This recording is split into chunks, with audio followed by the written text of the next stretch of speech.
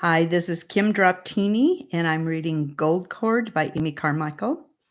I'm on chapter 37, and I think this must be one of my favorite chapters because I have it I have more of it underlined than any of the others, and I have little notes, read to so and so.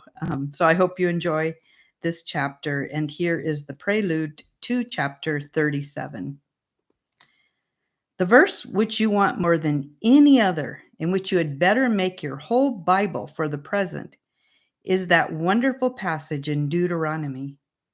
I led thee and suffered thee to hunger, and fed thee with food that thou knewest not, to teach thee that man does not live by bread alone.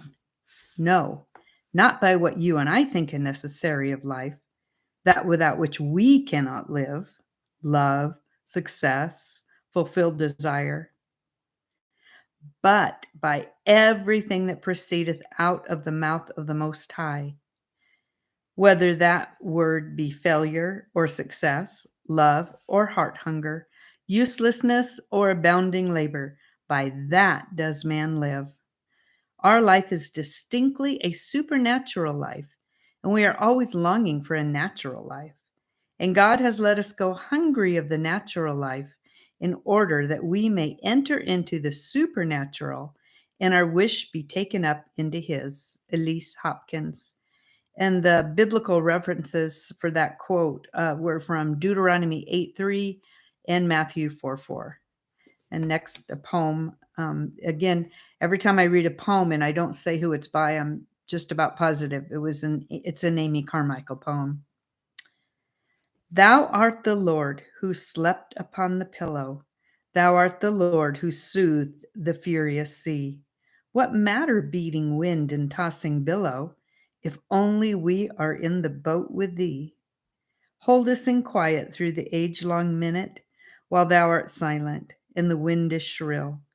Can the boat sink while thou, dear Lord, art in it? Can the heart faint that waiteth on thy will?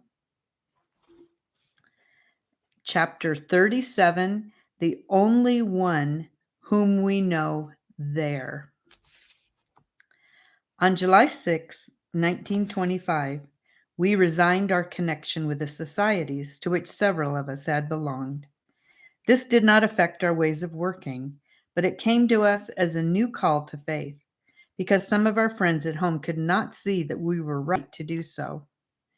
If the worst came to the worst, perhaps they felt like this, there was the society to fall back upon. If we cut away from that solid institution, where were we? It sounded very unsafe. Two of us who had for many years been connected with Keswick continued that connection as it was one of prayer only. But this did not satisfy some who, caring for us lovingly, felt that we required the shadow of a greater name than our own. They have been reassured. There hath not failed one word of all his good promise. Perhaps it was that to most of the lovers of our little children, the name that is above every name was enough, and there was no break in affection. We were very thankful about that. That year ended with the beginning of something new and good, although we did not recognize it for what it was. It appeared to be only a letter from Mrs. Webb Peploy, mother of a guest who had stayed with us for a few days on his way further east. Now she wrote that a visit was possible. She and her elder son, a doctor, would come to us on their way to China. The letter was like the moss rosebud of old home gardens that is hardly to be recognized as a rosebud at all. What buds of joy are in our hands now, I wonder, folded up like that moss rose, that in the happy years to come will open into flowers. But in the East, we always have rain before roses. Our guests came and went. To that mother, we gave an Indian name by which she is known and loved by all our household now, Aruthal, which means comfort. And we were in need of comfort then. It was not for nothing that fiery questions had searched us before the boys' work began. Now, 8 years after its beginning, we saw no way for the training and education and guidance for the boys. The assurance given by the waterfall in the forest never forsook us. That word stood, and we stayed ourselves upon our God. But new questions came. Are you prepared to perish with me, to be counted a fool, and worse than a fool by your own world, your missionary world? May I deal with every shred of your reputation just as I choose, and will you be silent? Are you willing to obey in everything, every time, everywhere? It was like hearing over again the word of the withered leaves in the pool, the word of that far-off Keswick day. There is no life except by death.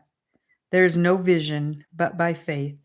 And that eternal passion saith, be emptied of glory and right and name.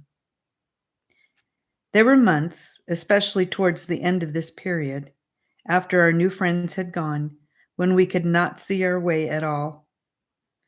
Faith does not ask why, does not even wonder why. Faith accepts, and often when the sea was most unquiet and the boat most tossed about, song came. There are always new sailors on the sea. The songs were given for them too. What matter beating wind and tossing billow if only we are in the boat with thee? There are questions whose answer is comfort, the comfort that has not to go away, and that comfort leads to peace. But the world outside did not hear the songs, and a violent noise of words fell upon us. To listen would have been to lose heart, for the words always talked of defeat. We found then that the only way of peace was resolutely to refuse to listen, to know not the voice of strangers. Fear not, little flock, for it is your Father's good pleasure to give you the kingdom. That was the voice we knew and loved. Neither be ye of doubtful mind. Live not in anxious suspense about these needs that press so heavily. Your Father knoweth. Fear not, fear not. And just then we were offered land adjoining our own. It was partly wooded, partly open, as though created for homes and schools and playing fields. Cross out the invisible in such a purchase appeared folly and presumption. It pledged us too far too much. But that which cannot be seen with eyes of flesh is the rock of our heart and our fortress forever. On September 23, 1926, a new leading came. Decision to go on and buy land for boys' compound, though no help is in sight, was the private note of the day. And in the margin of daily light, new land for boys, first advance paid, help will come, our God hath not forsaken us. I do not think that anyone observing us and knowing just how things were would have felt it a wise thing to commit ourselves so far as to buy land at that moment. But faith is not intelligent understanding. Faith is a deliberate commitment to a person where you see no way. If deep in your heart you know that He is directing your goings, a foreign land draws us near God. He is the only one whom we know here. We go to Him as to one we know. All else is strange. That was how Robert Murray McCheyne felt in the unknown world of Genoa. And in life, I think we often find ourselves in a foreign land. We have not gone this way before, and we do not know the way, and we do not know the people. He is the only one whom we know there. But He is enough. The day after that decision, while we were holding out against these assaults upon the spirit, which so often follow an action which nothing visible justifies, something happened in China which changed everything. For on that day, September 24th, as we heard months afterwards, for the joy of even the faintest whisper of it was not given then, there was a liberating touch on the life of the man of His choice for our boys. While we were waiting upon our God in our extremity, He was working, He was leading. Whoso is wise and will observe these things, even they shall understand the loving kindness of the Lord. We were building a little house by the sea about that time. We called it Joppa because we wanted it to be a place of heavenly vision for all who stayed in it. Often, as we watched the rough fishing rafts pushing out to sea, we found ourselves elsewhere, thinking thoughts that shamed us and yet lifted us up. Peter did not seem to think it a strange thing to walk on the sea, nor did his heavenly master say one word about its being unusual to expect to be able to do so. He, the Lord of heaven and earth, was there. The unnatural thing was not to do it, to sink.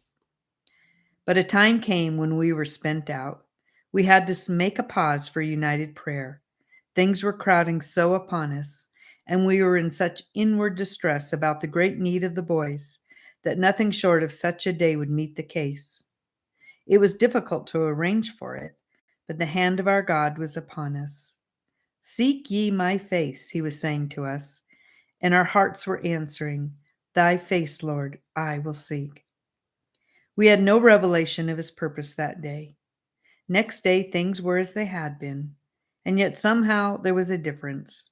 And from that day on, we were never once moved to pray for a leader for the boys. Meanwhile, much was happening which we knew nothing. Till December 15th, we knew nothing. Then, in a blinding flash of joy, we knew. Godfrey Webb Peploe, a man tried and proved on the battlefields of the Spirit, he who had met his Lord in prayer for the children in peril on the hillside above a temple of southern India, and had heard him say, The task is hard, had gone to China to work for his master there. But now he had been ordered out of the country by the doctors. And now, on December 15th, 1926, 8 years and 3 months after the work for the boys began, he joined our fellowship. So the boys had their leader at last, and we were delivered from all our fears.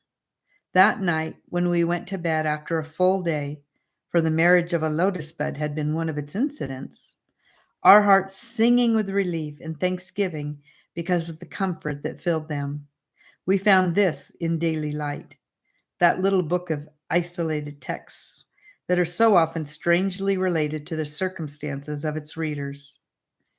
Be ye steadfast, unmovable, always abounding in the work of the Lord, for as much as ye know that your labor is not in vain in the Lord.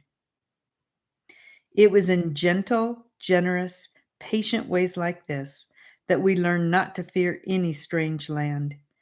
Even if he is the only one whom we know there, he is enough. End of chapter 37. Thank you for listening. God bless you.